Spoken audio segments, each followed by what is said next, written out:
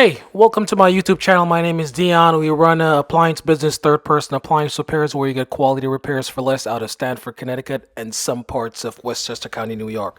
In this video, I'm going to show you how to fix your GE Speed Cook microwave slash oven if it's arcing. Now, if you listen to this video closely, yep, looks like somebody got a Christmas light blinking on and off in that microwave. And if your microwave is doing the same exact thing, watch this video to the end. I'm going to show you how to fix it. First thing first, I'm going to have you pop the waveguide off. And if you look at the waveguide and you see burnt marks, then you definitely have the same issue as this one. Please watch this video all the way to the end. Follow my instructions to the T, as microwave is one of the most dangerous appliances in the house because it stores a lot of voltage. Anyways, let's get to it. So you're going to move those two screws you have on the left and the right of your microwave. After that, you're going to pull it out the cabinet if you have it in the cabinet, just like this setup. Obviously, you're going to unplug it, make sure there's no power going to the microwave. Now we're going to remove the top cover on the microwave. It's about 6 screws that goes around, one at the side. I think I got 2 at the back and 2 at the top. We're going to do this real quick. We're going to drive out. I'm using a drill so I could go really faster. In some parts of this repair, you will need a Phillips screwdriver. It's better, but I like to go fast. So let's just get this done. All right, so I'm going to remove this top cover off.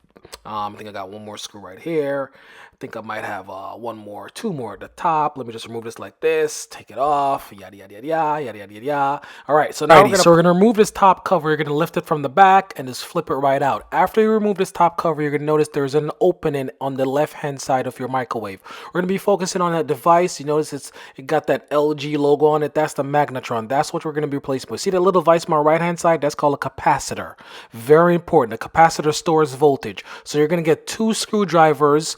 Make sure the handles are insulated. They're rubber. You're going to put your gloves on and we're going to decharge the capacitor. This step is very important as we don't know if it has any voltage stored in it and it could be dangerous. I've heard stories of technicians dying. All right, so you're going to put 1 screwdriver inside 1 connector of the capacitor and you're going to put the screwdrivers together. Sometimes you see a spark, sometimes you don't see a spark. So if you don't see a spark, that's not a bad thing. If you do see a spark, that's not a bad thing also. We're just making sure that this capacitor is fully decharged and there's no loose voltage hanging around in there to give us more than a tickle, more like a heart attack. Okay, once you're done with that, we're going to move forward. Now we're going to remove these 2 wires that are connected to these fuse on the side of the Magnetron.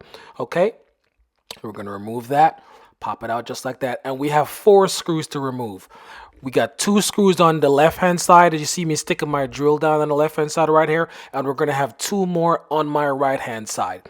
If a drill doesn't work for you, that's fine. You could use a screwdriver. I do find that a screwdriver might be a little bit easier. I was just a little bit stubborn in this repair, just trying to get out of there, trying to get it done. All right, so we're going to remove both these screws on the right-hand side.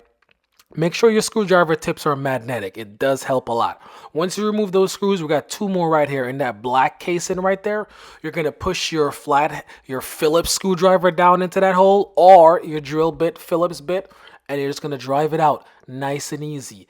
Easy peasy lemons. Because if you haven't yet, please like this video. Please like this video right now. It does help my small YouTube channel. And if this repair seems to be too much for you thus far and you're in Connecticut, I'm going to put the numbers up on the screen. Give us a call. We'll be happy to take care of it for you. Okay? Anyways, let's go back to the repair. So removing these screws on the right-hand side now, right? We're going to drive those screws out. Once the screw has been driven out completely, your Magnetron will become loose. So you're just going to rock it until you pop it out. Rock it, pop it out. And you're going to angle the Magnetron at an angle to get it out, okay? Now I'm going to show you the difference between this Magnetron and the new one we're putting in. What it's supposed to look like. Now if you pay attention to the tip of this Magnetron, it looks very burnt. It looks very copper, like it's burnt. Look at the new one. Silver. See the difference?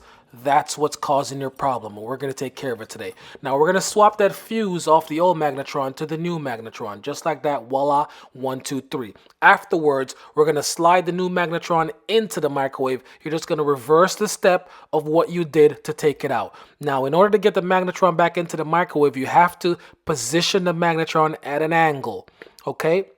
Just keep fishing around until you get her in there, okay? And the little tip goes into the hole. And you go, All right, we're in. All right, at this point, you could use whatever you'd like to drive it in. I already drive mine in. It's nice and steady. I shaked it. There's no movement. We're going to connect all the wires back, and we're going to also connect the wires back to this fuse on the left-hand side. Right, we're almost there, almost at the promised land. Keep going, keep sticking at it right now. Okay, afterwards, we're going to change the waveguide. Because the waveguide has arc marks on it, it is not safe to use. It will cause problem for you in the future. So we're going to also replace what's called the waveguide. All right, so we're going to pop this old waveguide out. You could use your finger, you could use a screwdriver, you could use a putty knife, whatever you'd like. It's garbage anyway, so just pop it out, yank it out. And now we're going to put the new waveguide in, okay? Nice and silver clean, no arc mark, all right? You're going to put that end first into the loop. Then we have like a little hook on the other side that you're going to make sure it's hooked into, okay? Make sure it's hooked into place properly so it doesn't fall out, because if this thing's fall out, you will have arcing again, okay? Once you've done that, we're going to plug the microwave back in. You inspect it, make sure she's in there good. Give yourself a thumbs up. You've done good so far. So now we got a cup inside the microwave. Listen to the difference. Ooh. That's like angels singing in heaven. Your microwave has been repaired. Now let's check to see if she's still heating. Now, we're going to pop the door open. Now let's open this door and check on my water. See if it's nice and steamy.